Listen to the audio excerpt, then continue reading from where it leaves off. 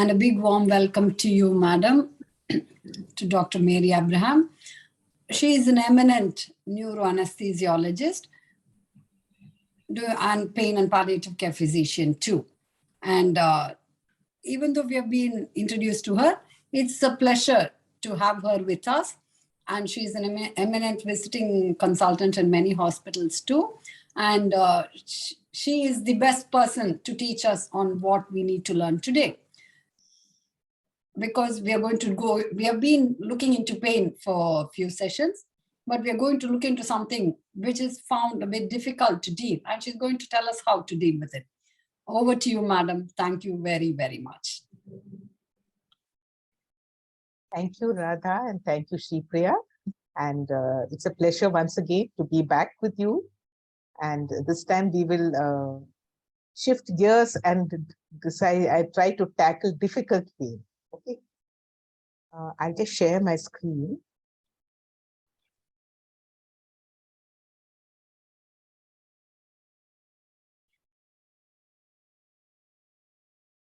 This time I got it in the first try.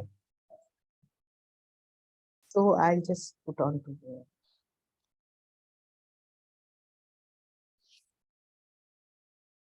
So how do we deal with patients? What is the approach we need to adopt in treating patients with difficult pain? We may not always be successful, but we can still try. So we all know about the analgesic ladder, the 3-step ladder. And like I said, with the third step, that is the strong opioids, we can treat up to 76% of patients with pain, even if it is severe. But there is a certain percentage who may not respond even to strong opioids. And this is what is called as refractory cancer pain or difficult pain. The other terminologies are intractable pain, persistent pain, or even opioid non-responsive pain.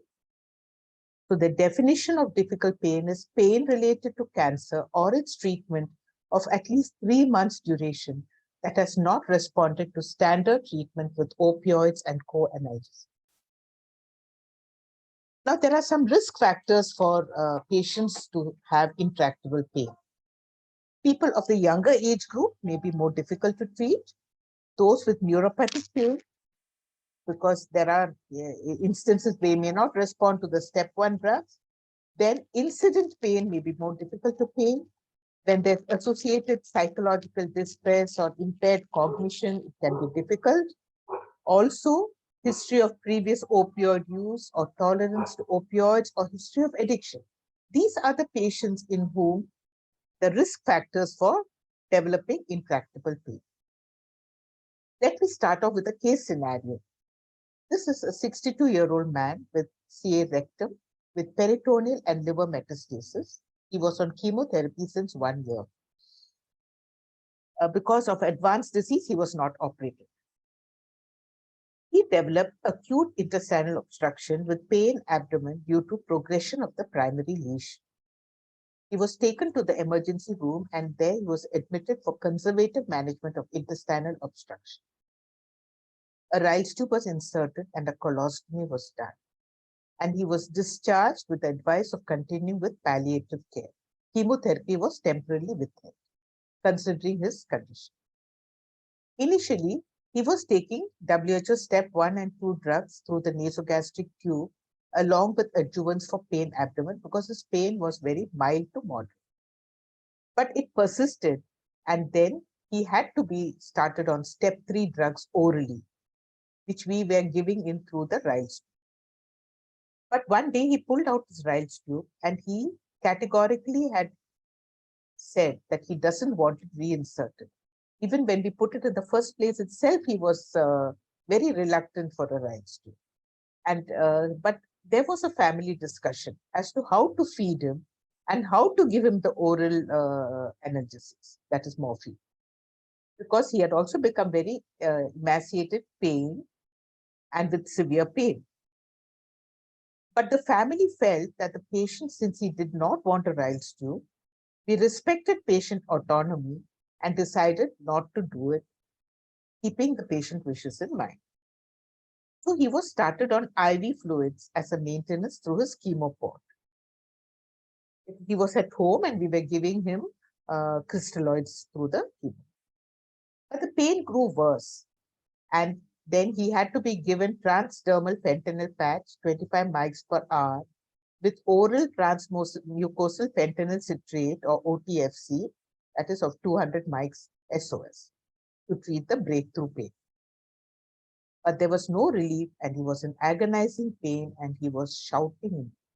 The family became extremely distressed. So what do we do next? So that's a question we'll try to address at the end of the presentation. So when you want to treat difficult pain, there are certain steps that we need to go through. First is review the cause of pain. Then we have to manage it with a combination of pharmacological and non-pharmacological methods. The pharmacological methods include conversion of the route of administration of the drug, or maybe we have to rotate it, switch to another drug, or we have to add more adjuvants. And among the non-pharmacological, we have a lot of things which I will discuss at subsequent. Now, when you want to review the patient, there's a mnemonic that you can remember as A, B, C, 2 C's in fact. A is adherence to treatment. B is believe the patient about the pain. If the patient is complaining of severe pain or crying with pain, we need to accept the fact that he is having severe pain. In fact, it was Margot McCaffrey in 1968 who said that pain is whatever the experiencing patient says is existing whenever he or she does. In simple terms, pain is what the patient says hurts. Then we need to do a comprehensive pain assessment again. And that we all know about it, so I won't talk about it. And last C is to correct the correctable factors. Is there any factor that we need to correct that can relieve his pain, like maybe tapping of a pleural effusion or ascitic fluid, or if there's an underlying infection, or if there's insomnia? Remember, insomnia can reduce the threshold of pain. Or is there anxiety? Because we know that anxiety actually opens the gate to pain. Or what about the nutritional status of the patient? Do we need to address that? So we need to correct the correctable factor. Now, adherence to treatment. If this is a prescription that the patient is getting, we need to see whether that is adequate, whether the adjuvants are okay, do we need to add more, or we also need to understand whether the patient has understood how it has to be given. For example, if you write paracetamol TID, is he taking a TID or is he just taking it whenever the pain is there? Or morphine. Is he taking it in a 4-hourly regime with SOS morphine for breakthrough pain? So for that, you can ask them to repeat it back to you to see whether they are taking it according to your prescription. That's called teach back techniques. So the first and foremost thing is the patient taking the medicines according to what you have prescribed? Because many a time they will have their own way of taking the medicine, which may not be according to what you have done. Now, what are the reasons for opioid ineffectiveness? We know that these patients are not responding to the strong opioid. So what are the common reasons? First is the accumulation of toxic metabolites. The progression of the disease is a very common cause. Or is there a new pain type? Initially, it was nociceptive. Now, is there added neuropathic component, or is there a bowel obstruction or spasticity? So you have to see whether there is a new pain type also. Then, are there intolerable side effects due to the opioids, like neurotoxicity?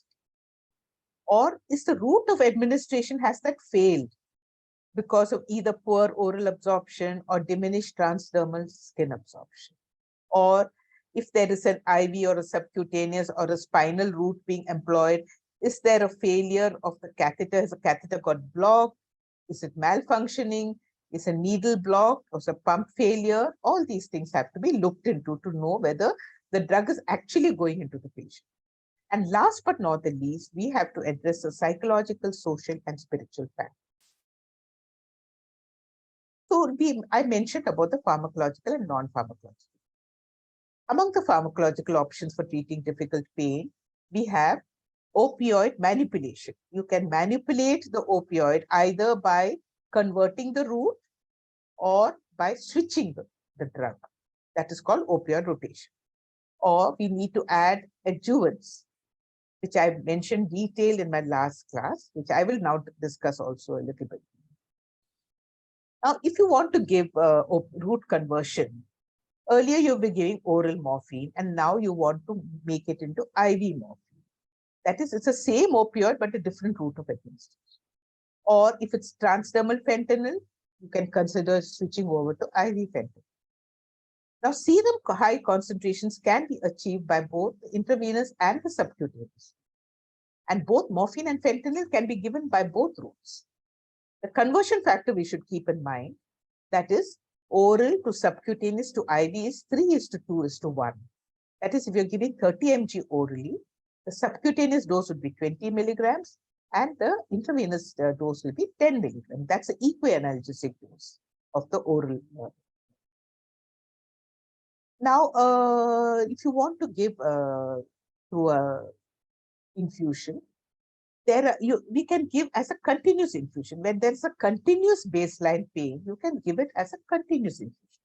But if there is intermittent or breakthrough pain or incident pain, then we may have to think of an intermittent bolus in addition to the continuous.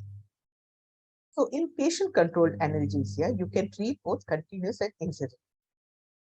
These are the elastomeric pumps, that is disposable pumps that are available, in which you fill morphine into a balloon-like thing here.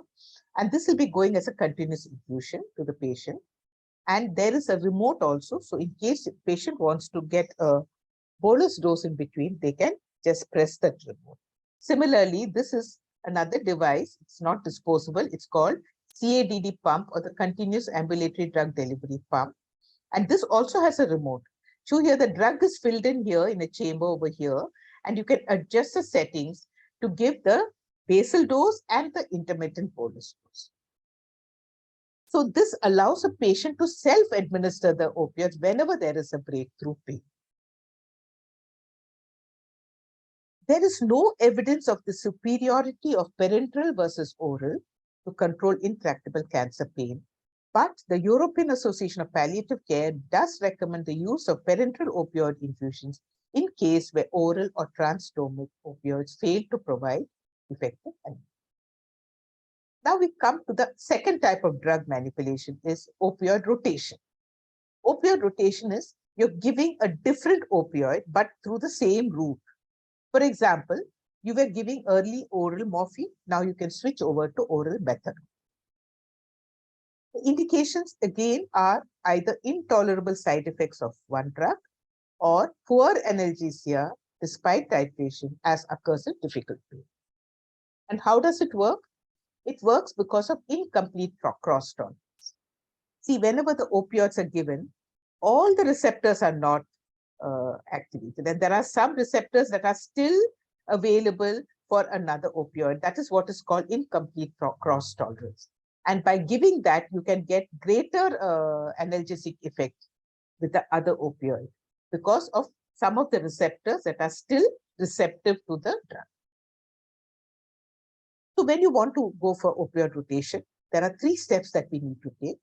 First is you have to look up the equianalgesic table to find what is the equianalgesic dose. We all know that for 60 milligram morphine, the equianalgesic dose is 25 mics per hour of fentanyl. Similarly, you can calculate for other drugs also. Once you calculate the equianalgesic dose, then to account for the cross tolerance, we need to reduce it by 50%. You don't give the entire thing, but you need to reduce it by 50% for well-controlled pain. But if it's poorly controlled pain, then you have to reduce it by 25%. The exception to this reduction is only methadone, where the full dose that you want to calculate can be given. And last, very important is you have to prescribe a rescue dose also for breakthrough pain. That is how you convert from one opioid to another. Now we know that the most common cause for why we need to switch the opioid is opioid-induced neurotoxicity. And the cause of it is because of the morphine metabolites, that is morphine, 3-glucuronide, and normeperidine. These are the metabolites of morphine. And they are the ones that are contributing to the neurotoxicity, and they can manifest as sedation, delirium, myoclonus, hallucinations, hyperalgesia, or inhalation. So in India, the only drugs that are available when you're switching from morphine are methadone and fentanyl, the step 3 drugs that are available in India. Methadone is inexpensive and can be given orally, but all are under the same legal control as morphine. So what are the advantages of methadone for difficult pain? It has got a high potency. It is effective for neuropathic pain because it can act, it's an antagonist of the NMDA receptor, as well as it is a serotonin norepinephrine reuptake inhibitor. That means it acts on the descending pathway of pain. That is a descending inhibitory path. It has no known active metabolites. It has a long half-life of 8 to 12 hours.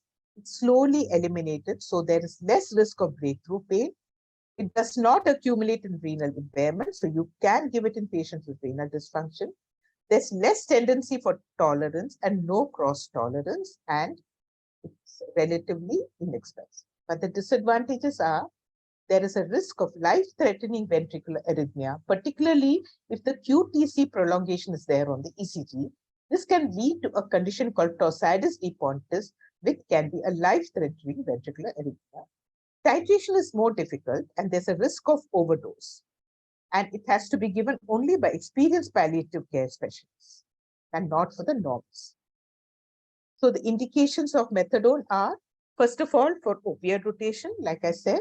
Secondly, it is least expensive of the long-acting drugs, can be given when there's true morphine allergy, for neuropathic pain, and for renal dysfunction. So it can be very useful in such situations. I already mentioned the contraindications about the cardiac toxicity. But when you want to convert morphine to methadone, if you're giving less than 60 mg morphine per day, then the oral morphine equivalent is 2 to 7.5 milligrams per day. And this can be given completely. You don't have to account for cross tolerance. The other thing is, if it is between 60 to 199 milligrams oral morphine equivalents, then the conversion is 10:1. So if you're giving 10 mg morphine, then you have to give only 1 milligram of methadone. And if it is more than 200, then the conversion is 20:1. That means for 20 mg morphine, you have to give 1 milligram of oral. It's available as 5 mg tablets and syrup of 5 mg per ml. So as per expert consensus white paper, the equianalgesic doses suggested for methadone are very conservative, and we need not account for incomplete cross-tolerance. Now, the other strong opioid that is available for cancer pain is buprenorphine. And this is also an option for opioid rotation. It can give good pain relief many a time, good tolerability. It controls neuropathic pain and breakthrough pain better, probably because of its longer duration of action. And it's available as transdermal patches. It's not Buvilar, it's Buvilar patches. It's the brand name is Buvilar patch of 2.5 mics per hour, 5 mics per hour, and effect lasts for 10 days. Sublingual tablets of 200 mics are available, and they last for 6 hours. Onset of action is about 15-20 minutes and lasts for 6 hours. It can be used for breakthrough pain. Now let's discuss breakthrough pain and cancer. That is one of the important causes for refractory pain, like I mentioned in incident pain. So this is intermittent episode of extreme pain which breaks through the opiate regime that the patient is on. It can occur spontaneously, but more commonly is induced by movement of the affected limb or bearing weight on the tumor-bearing bone. The incidence of breakthrough pain can be as high as 80%. And for that, you need a fast-acting, short-duration opioid. And one of the useful drugs for treating breakthrough pain is oral transmucosal fentanyl citrate, or OTFC. It's also called fentanyl lollipop because it has to be kept against the cheek. It's available as 200 mics or 400 mics. and not more than 4 units are given per day. It should be sucked over 15 minutes and not chewed. And the effect starts in 30 minutes and usually lasts for 2 to 3 hours. Having discussed about the drug manipulation, we have to again now look at the cause of pain. Is the pain nociceptive or neuropathic? Or is it mixed pain or any other kind of pain? And is there a need for an adjuvant analgesic? That is what we have to now think of. So I have already mentioned about what is nociceptive neuropathic pain. So I won't go into it. I discussed in my last class. And I also mentioned about how ketamine acts on the NMDA receptor present in the dorsal horn of the spinal cord. It is particularly used for neuropathic pain that is not responsive to antidepressants and anticonvulsants. Like I said earlier, it can be given through a variety of routes. But for difficult pain, what people have tried is what is called a burst ketamine or a pulse course of ketamine, in which you give ketamine at a rate of first 100 mg per 24 hours for 3 days. If it is not effective, then you increase it to 300 mg per 24 hours for another 3 days. And if that is not effective, you can go up to 500 milligram per 24 hours. It has to be given in a syringe pump in a hospital setting. And this may be occasionally effective for difficult. This I've already mentioned about the side effects of ketamine.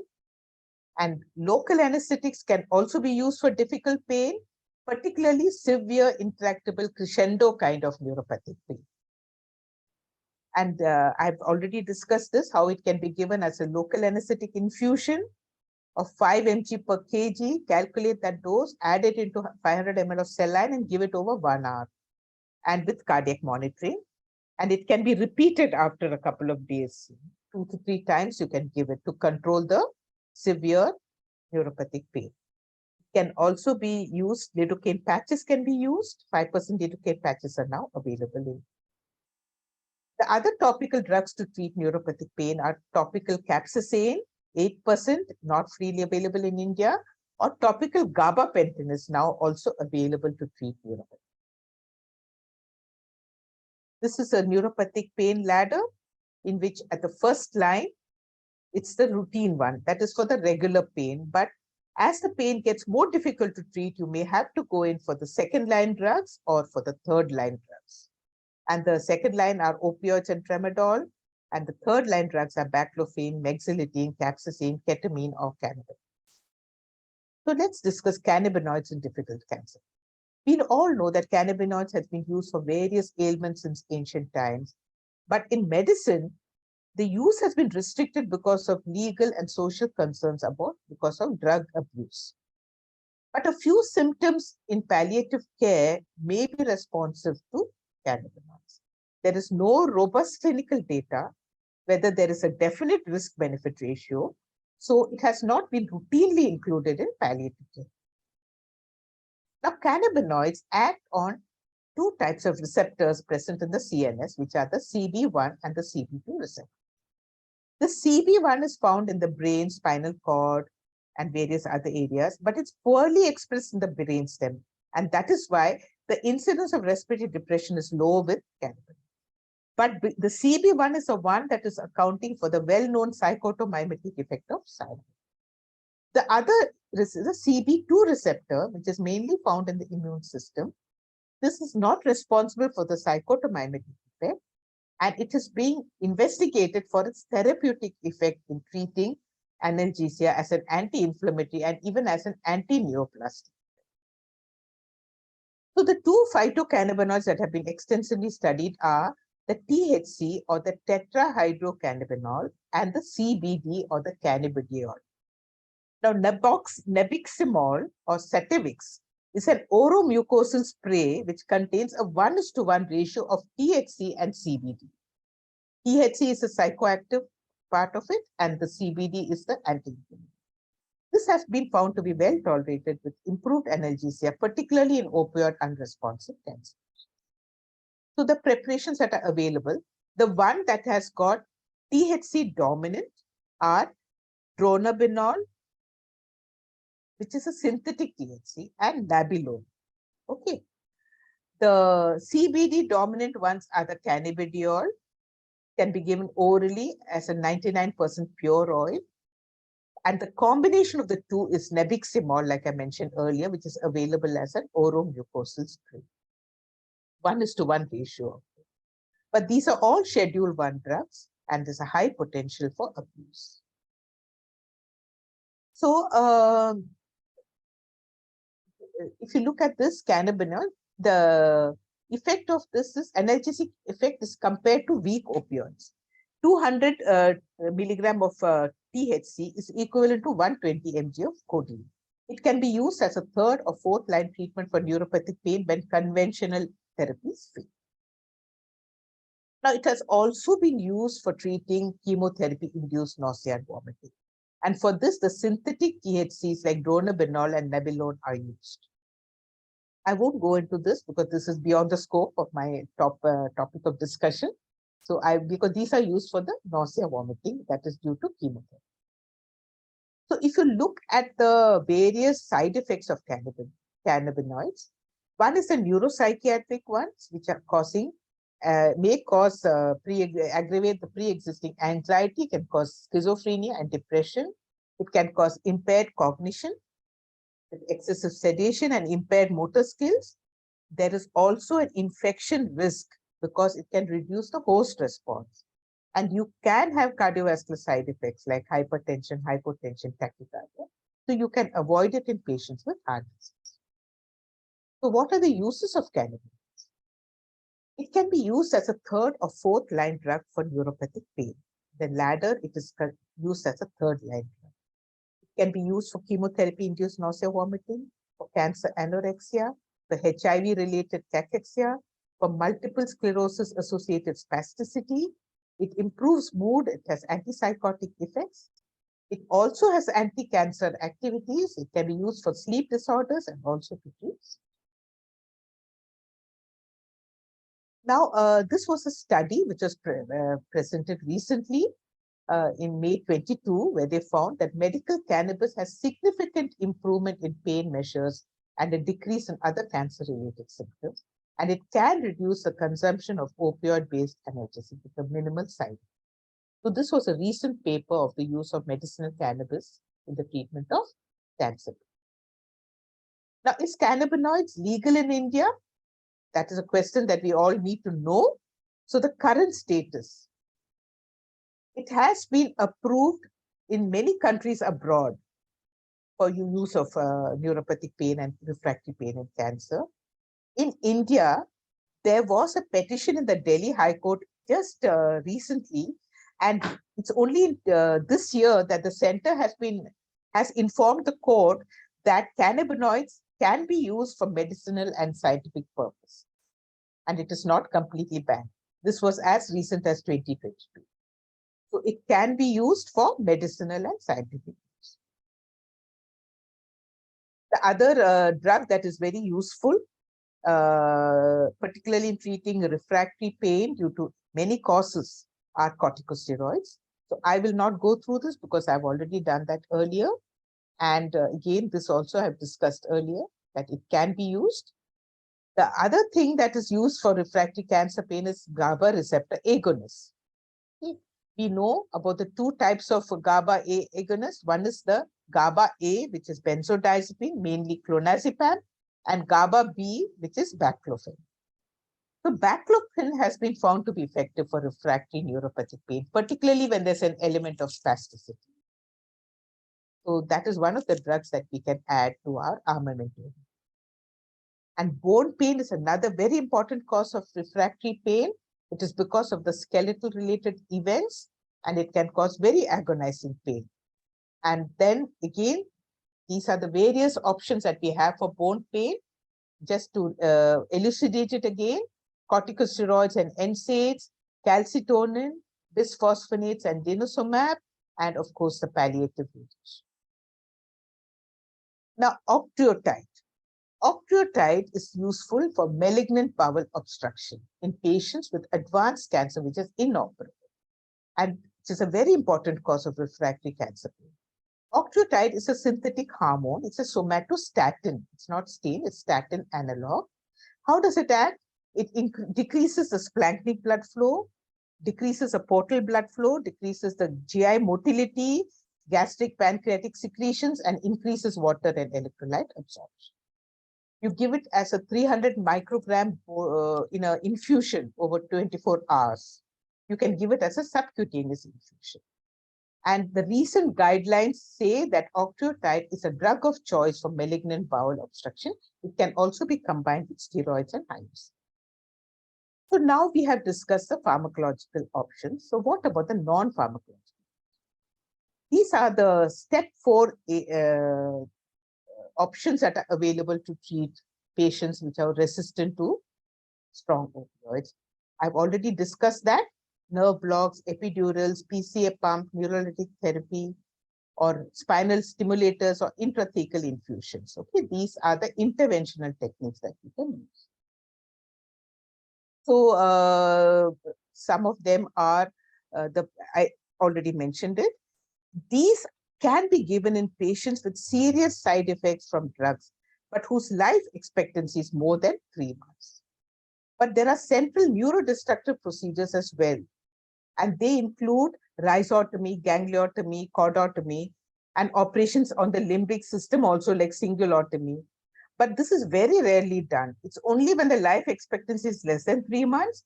These procedures associated very high risk, and the risks may be more than the benefits. So it is very, very rarely done.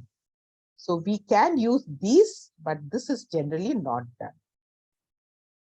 The other non-pharmacological options are dry needling, acupuncture, biofeedback, psychological therapy, physical modalities, spiritual therapy, and alternate therapies. Like I mentioned about dry needling, it is particularly useful to treat muscle spasm and myofascial pains associated with severe cancer pain. There are a lot of spasm, and that can be treated with, it can be due to spine meds, or even it can be due to abdominal meds also, which can cause spasm. So the mode of action, how does dry needling act? It causes reflex relaxation of the muscles and improves the hypoxic local energy crisis because of the sustained contraction of the muscles. And it also acts by releasing the trapped inflammatory mediators within the tight muscles. Physical therapy can act as a multimodal therapy for treating severe pain, and these are the various options that are available. Psychosocial and spiritual issues in cancer. Now, all cancer patients we know are subject to fear, anxiety, depression, anger, guilt. There could be financial issues. There could be fear of the future. There could be concern about the loved ones.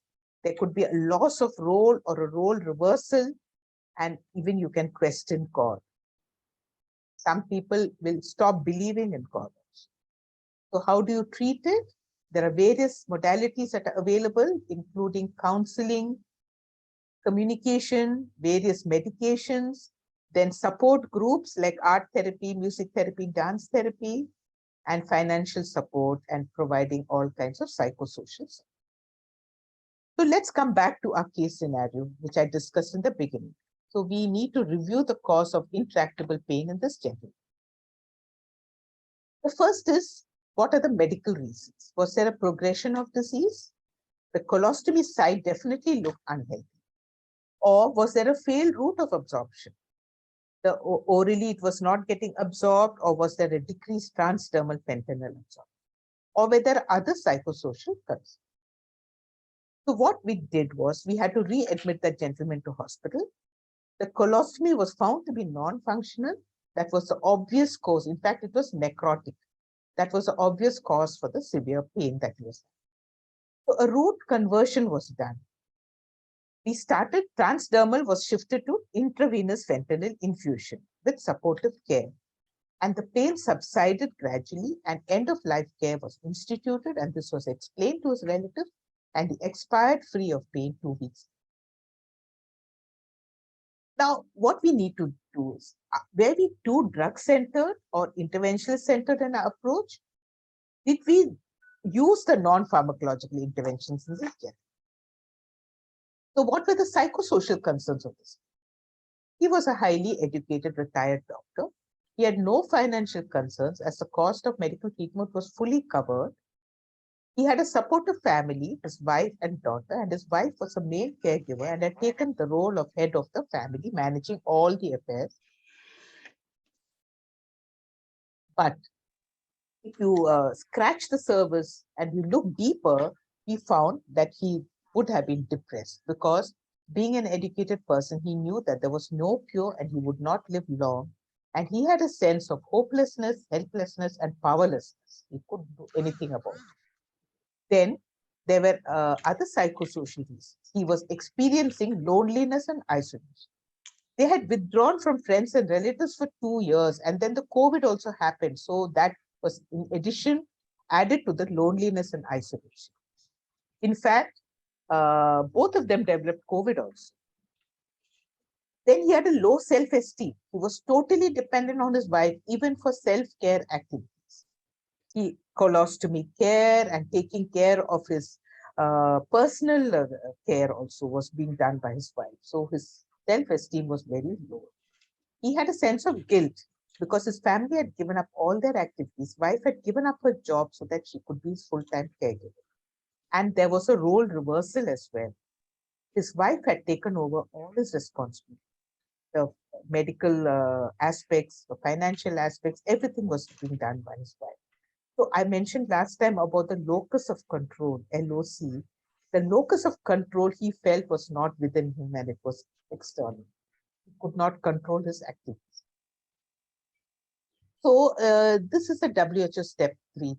And beyond that, if it's intractable pain, you can go in for the interventional techniques like intrathecal opioids, of course, with psychosocial counseling. And then if that is also not effective, you can go in for central neurodestructive procedures, but this is very rarely done. So if everything fails, we can consider palliative sedation. We may have to accept failure, but we should never desert the patient. We should be fellow travelers in their difficult journey. We can be frank about our failure, but we have to convey it with sensitivity. And we need to continue with the psychosocial spiritual support and treat any worsening condition. So that's about my presentation.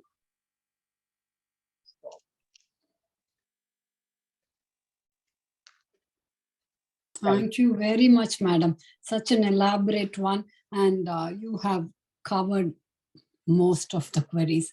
And as you mentioned, all of these, what you've mentioned, you would have practically seen how effective it is. Only going in a stepwise manner. If everyone follows what you mentioned, like go step by step so that we don't miss, and we will be able to succeed also. If like 1 doesn't work, go to 2. If 2 is not, follow the WHO ladder and follow the neuropathic ladder. That is what we have all been doing. And as madam said, I've also been in this field for like 20 plus years. So everything works. I have seen like when analgesic is added on with the adjuvant, it definitely works. Only thing, we have to convince the patient and tell them to give some time for it to work. And baclofen, I have used baclofen a lot, and that has also been very effective. So these are things everyone will know, like for everyone to be aware first of what all is available first. We have a big armamentarium, medications, non-pharmacological. Non-pharmacological, many things do work. So it has to go hand in hand. And the big take home is multimodal management will work. If everyone has that in mind and move forward, God's grace, we will be successful. And the last thing, what you said, we have to travel with the patient, especially in palliative care. It is very sensitive social situation. So you have to accept, be patient, and move forward. It will be helpful. And we will wait for the queries or things in the chat box. If people want to either type or you want to unmute and ask, either way is fine.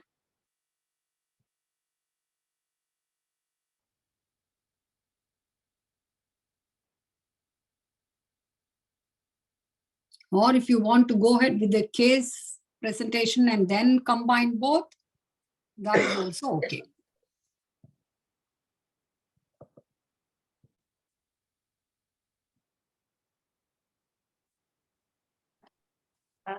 Ma'am, maybe I think we can go ahead with the Go with case the case. presentation. That is, I was about to call you. Correct.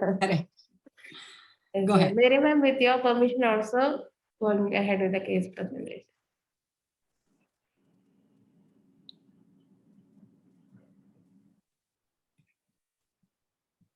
Dr. Ruth?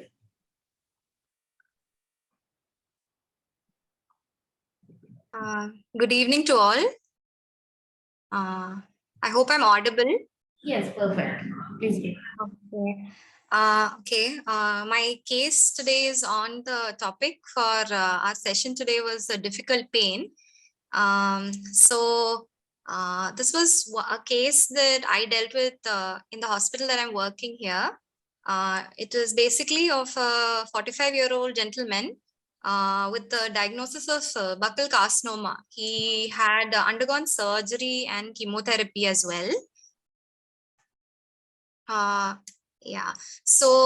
When I first met him in the OPD, he had actually presented with an open surgical wound in the anterior part of his neck and with exudative pus, and he was in severe pain. And his main complaint was he was unable to eat or drink or swallow anything from the last 2 weeks.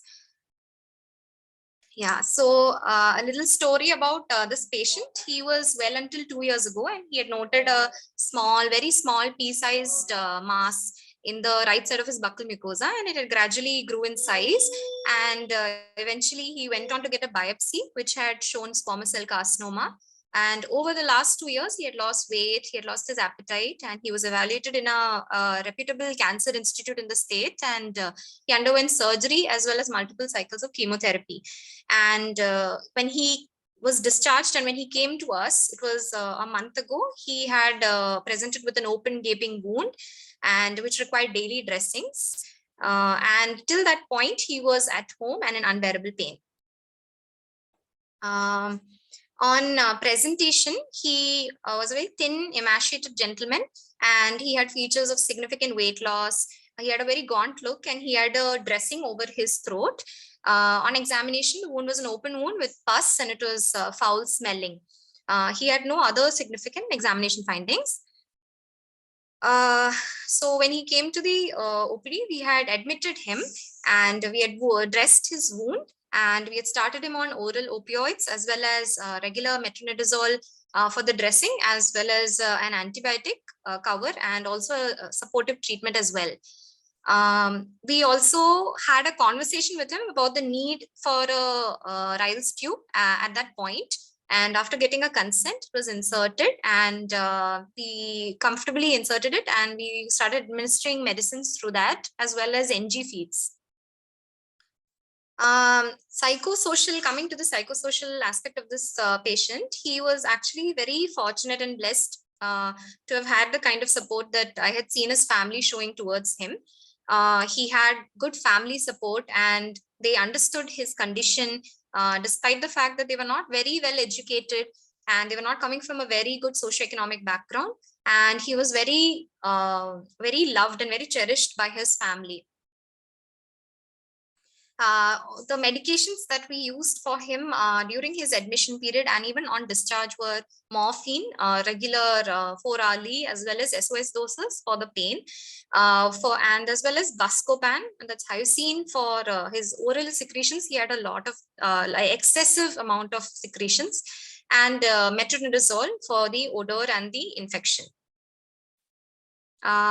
So one of the main concerns, or one of our goals during his hospital stay was, first of all, to establish a secure route for drug delivery and adequate nutrition by inserting an NG tube in the right time.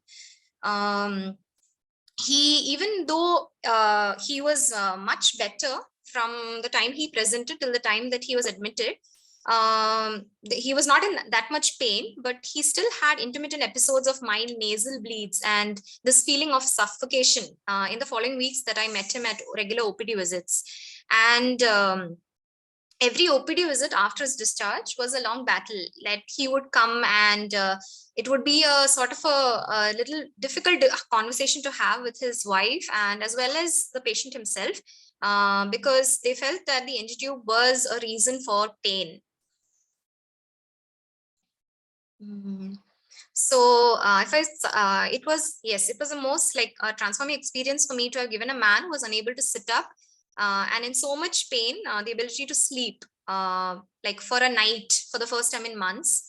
It was a very like a 360-degree turn to be able to see that. And he but in the 3 weeks that he first like that I saw him, it was a major amount of pain of his had been relieved, and that was a very important thing to have seen.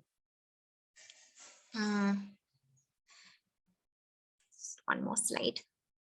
Yeah, so this was something that I sort of wanted to have an idea, or something I thought about when I was making this presentation, was that when do we decide in this particular case, and as well as concerning the topic difficult pain, that is where it is difficult to make a decision as to how and when do we decide to stop and completely let go? Because he had cooperated, we had taken away his pain and given him more days. But what about these intermittent requests to have the tube removed because of what we called a small bleed? So my question was, how and why, when do we prioritize, like what do we prioritize at that point? His physical tangible pain or his mental pain of suffering in itself? So that was like one of the things I was hoping to have a discussion on in the class after the presentation. So yeah, thank you.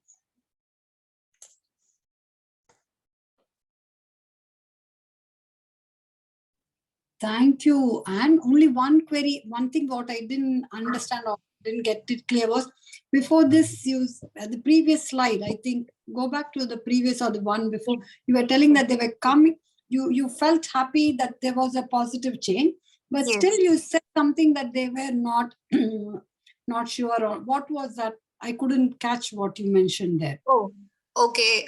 So after he got discharged, he was very comfortable at the time of discharge. He was very comfortable with the NG tube in and with, be having his pain relieved. But when he came for his follow-up 2 weeks later, he had a small episode of what was like a nasal bleed, and he kept attributing it to the NG being in. So he would ask, I want to take it out. The morphine was given through the NG tube, right? Yes. So, okay, now that makes sense. In that situation, we just have to explain to them that the risk-benefit ratio, we generally say, he's getting the pain relief because of the medicine going through that same NG tube. Yes. Because he's unable to take it orally. So there, I think little bit of education and conveying what is the benefit of the NG tube, and telling that normally NG tube is a very nasty thing to have. They have such a difficult feeling in the back of the throat. Anyone will want to pull it out. So we have to explain. Okay, then that makes sense. Okay, dear. We'll leave it to the group for discussion and take it forward from there. Thank you. Thank you, ma'am.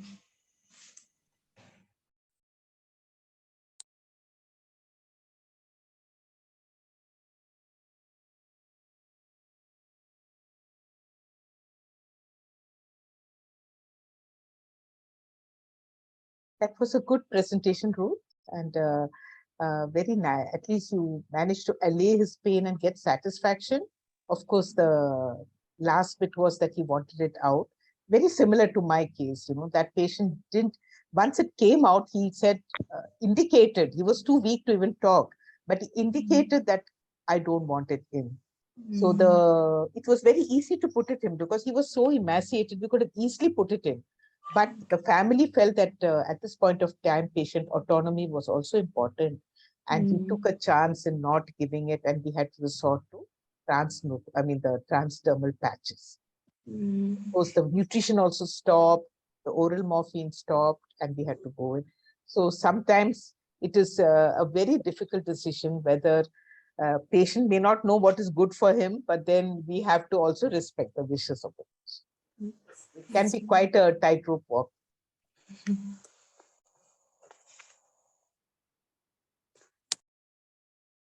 But like Radha said, if there's a small bleed, we can control it by ice packs or give some vasoconstrictor into the nose, and that can be explained to the patient. If he's not totally averse to it, then the right strip should have been.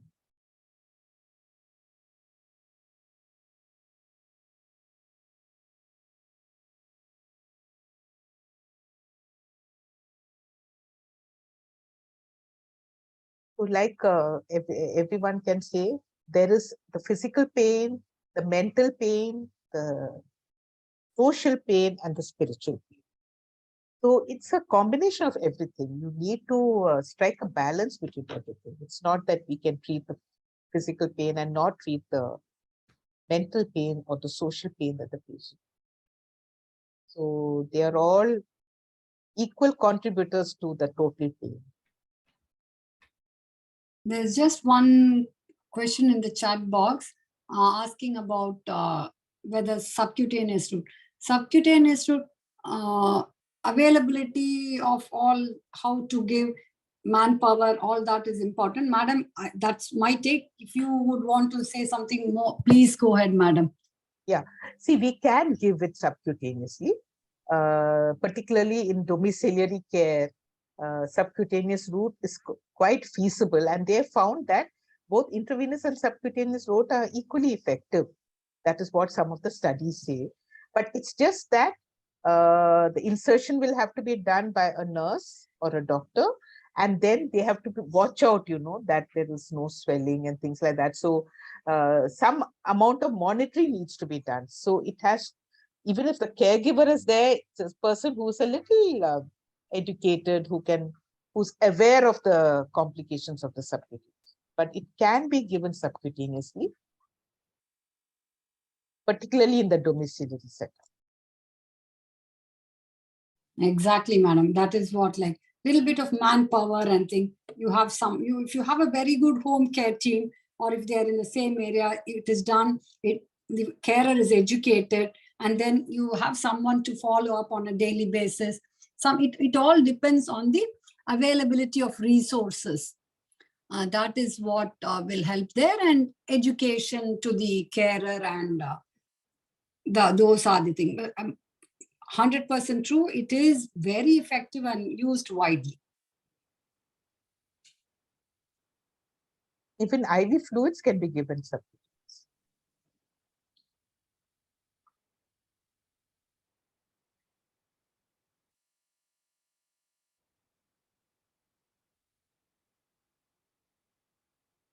Main thing is adding adjuvants. See, adding adjuvants in small doses also will be very effective.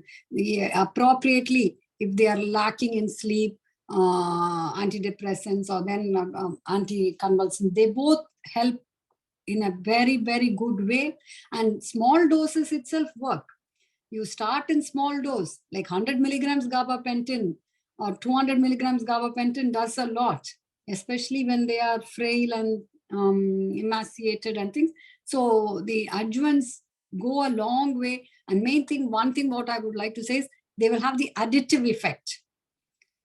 So that is how the ultimate benefit is obtained.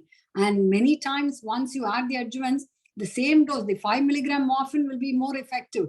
So that also you will hear from the patients. All what I'm telling is what I've heard from patients only. Yeah. So the same amount of opioid, once the adjuvant is added, makes wonders. So end of the day, we want good benefit. Yeah. And the patient is also happy. With less morphine, they're getting more benefit and good sleep.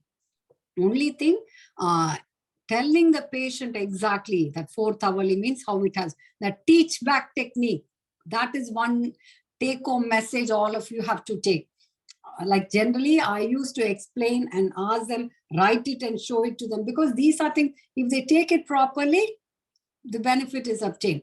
So giving them, and then even for the adjuvants, giving the timing so that that doesn't affect their sleep pattern.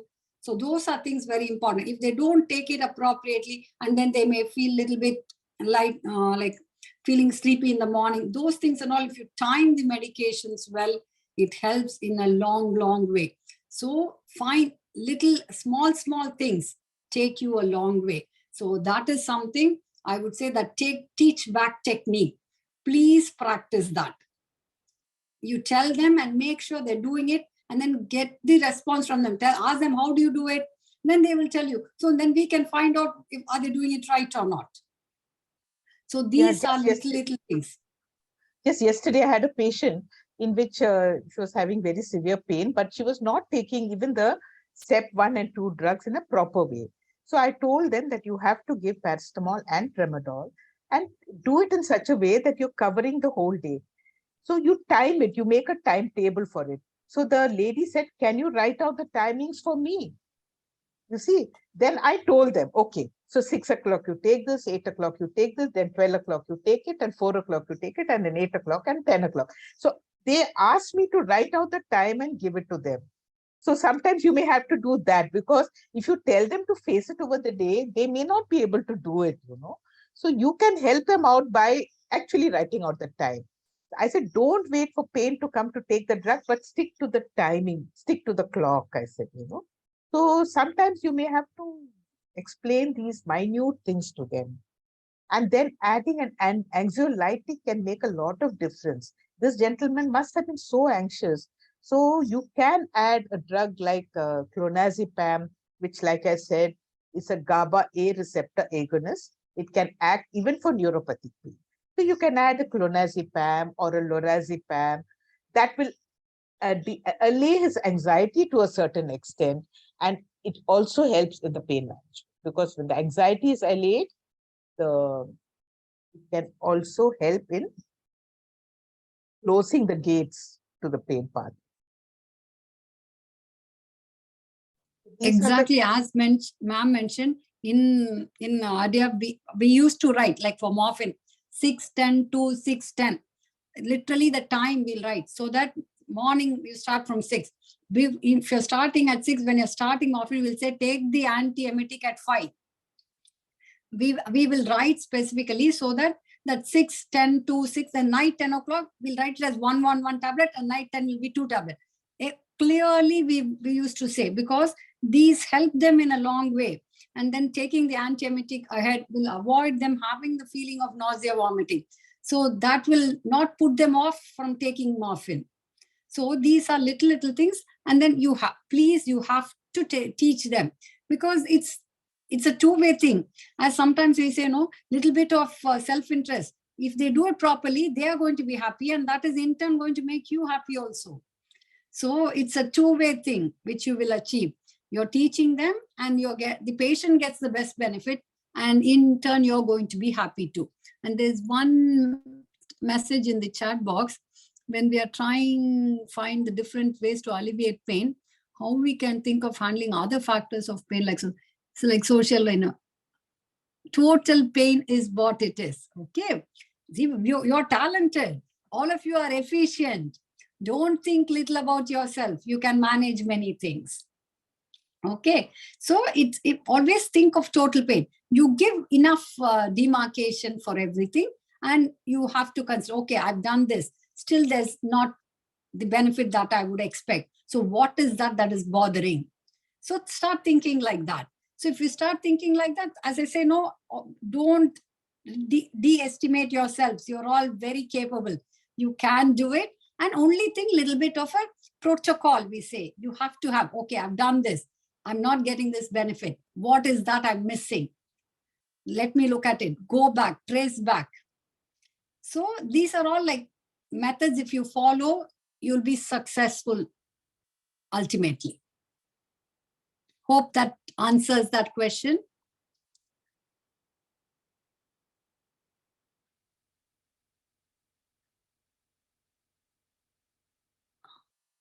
Dr. Goswami was, hope it has answered this. Thank you.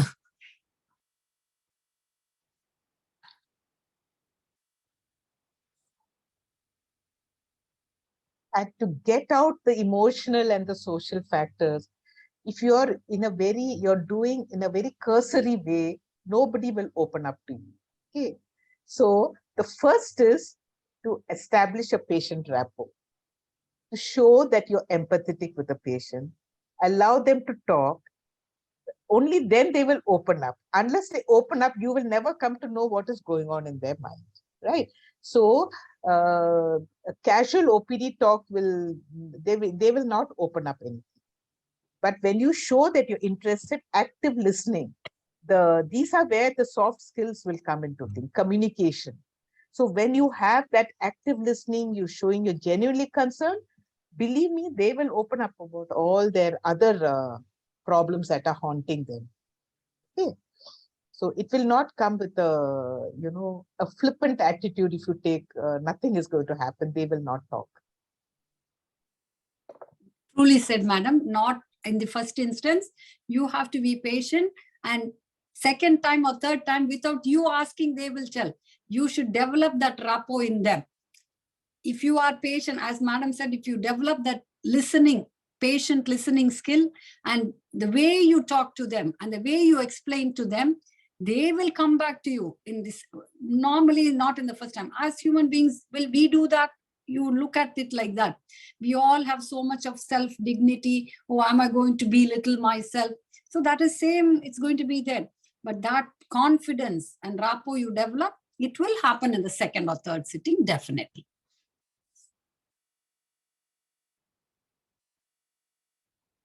Just 2 days ago, I saw a young lady who had very severe pain, back pain, not cancer pain, but back pain, not responding, being treated by the HOD neurosurgery, given a lot of epidurals, it didn't work. When she came to me, of course, I was talking to her, and then she told about how she's a patient person of domestic violence. And there's a case against her husband. She has got a lot of feeling of wanting to get justice. See, these are all the factors that are contributing to the pain. So I told her, physically we'll treat you, but you have to have psychological counseling and psychological therapy also, so that you vent out all your feelings. See, that was what is hindering her sort of very resistant pain. So nobody will open up unless you are willing to listen to them. So true, ma'am. It's like I'm a non-medical person, and since it has come to the part of communicating and active listening, I just wanted to share my personal experience when I was a caregiver for my mother, who had undergone a surgery of gallbladder removal, and one gesture of the nurse in that particular ward, that actually my mother developed severe coughing after that. She was coughing away all the night, and she was very distressed. But the nurse used to come and comfort her. Even if I was just dozing off, she used to come, knock the door, and ask, Mother, how are you feeling? In our language, she used to call Amma. So that particular word, addressing my mother as her own mother, Amma, and then asking her, even though my mother was still distressed, the cough didn't come down actually for 3 to 4 days when we were at the hospital, but my mother still remembers the gesture of that nurse and the doctor. So I believe that is what is palliative care is all about. So I just wanted to share that in this platform. Exactly, Sri Priya. That is what, see, that stays long. So experiences, what is total pain? It has physical, emotional experience. What is experienced sustains. So again and again, we'll be going to like pain, this 4 sessions, pain forms a big element. So everything to be remembered, understood, and practiced. Then success is obtained.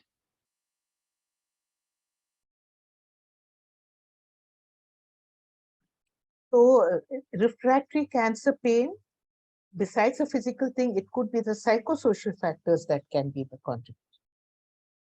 So it needs to be addressed by appropriate therapy. Social workers are there, counselors are there, and they also need to pitch in when you want to treat difficult. Psycho-oncology has a big role, madam. Now they do a big, because when I worked, we had the psycho-oncology team with us. Literally, they used to be next door to my clinic. So they do a big role, individual counseling, family counseling, because sometimes the patient may not reveal completely to the caregiver also, because these are all very personal. Only thing, like as you mentioned, reversal role. So that will be within them. They'll be thinking, oh, I am burdening my wife. So how much, even though they are together, how much, because they are feeling guilty.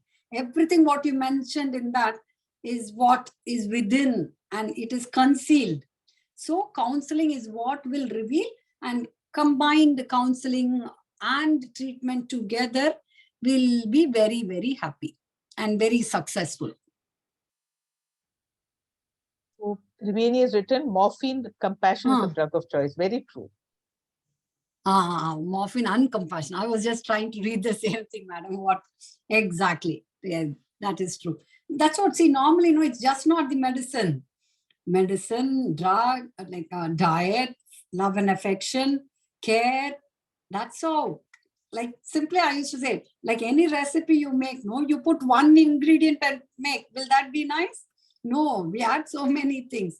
Like that only it is. You have to have tender, loving care, medication, spending time with them, being with the person, not letting them be on their own somewhere. Everything matters, and you have to look into everything. Maybe many times the patient is left on their own, no one. So they'll have a feeling of they are by themselves. If they are immobile, they are restricted to one room. So that itself brings them down, not knowing day or night. There are so many factors in this. So if we look into each one properly, it will definitely help us to get success. So total pain is like a important take-home message.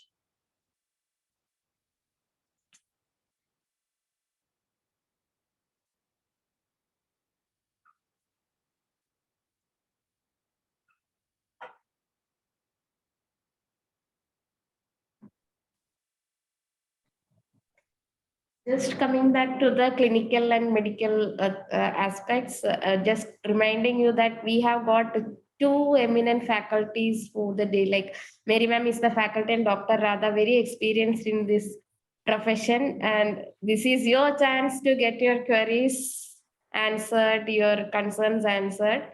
So please do make good use of this opportunity. You can put your queries in the chat box as well, or you are free to unmute and talk. The session, madam's presentation has been so elaborate. She has dealt with everything in so much detail. They will be getting the presentation, isn't it, Sri Priya? Yes, ma'am, of course. Exactly. Mary ma'am has already shared it with us, and that will be shared in a couple of days. Okay, that's all. So because literally how much everything they have grasped is there, but literally everything has been considered. If they have all this in hand, even any day when they see a patient, any query that rises up, the answer is there. So true, ma'am. So that is something important. So it has been so elaborate and covered everything. So that is the important thing. Okay, like normally we say ABC is what we follow. Maybe anesthetist, no, both of us have, we always stick to that. And going forward, going back, and we always have option B, option C. So that will help you. So you will never miss anything.